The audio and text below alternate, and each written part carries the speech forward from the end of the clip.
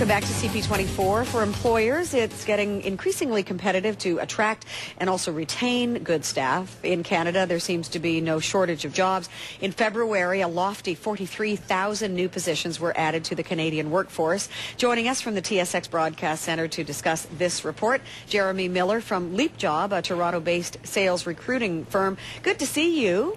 Good morning. So your company must have either had something to do with the great jobs numbers that we saw last Friday, or can parlay this into some great successes for your company.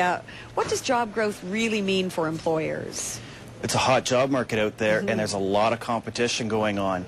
What employers are really facing is they have to stand out and be attractive to job seekers, because job seekers have so much choice now that nobody just wants to work for a wage or punch a clock. You got to be something more. It's so nice to hear it that way. You know, it used to be that we as potential employees had to stand out and make ourselves, you know, so desirable, and it's so competitive. But it's the other way around. It really is an employee's market, isn't it?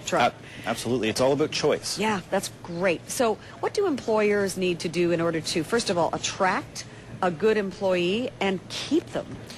We have to get into the mind of the job seeker today. In a hot job market with choice, the reason for job change is not to get a job. It's about career growth. Nobody works for the same company for life anymore. So every time someone's changing jobs, it's about learning and development. That's how we advance ourselves.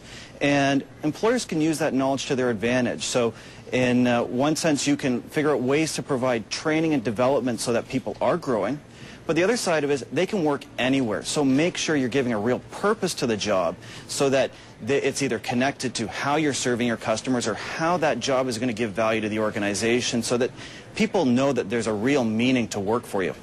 Does it make sense for an employer to always make sure that the employee knows that there's room to grow, and I mean an upward trajectory, not, you know, sideways and certainly not down, but that the employer makes that known, that there is no ceiling? I don't think so. And the reason being, take it from the sales industry, for example. You will work in a sales job for, say, 4 years. The first year is a learning year. The second year, you really start getting going. Third year, you kill it. And fourth year, you're starting to get bored.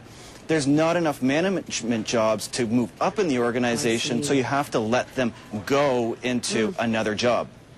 Give us quickly your top 5 list for attracting new staff. Just give me the first 2. Well, I think the big thing is have a purpose so that you can go out there and tell people why they're going to join your organization and what they're going to do. And secondarily, blow your own horn. Let people know that you're out there, because if you don't blow your horn, nobody will. See, I would have put money, money, money, money somewhere in there as well. Pay well and stay well, you know?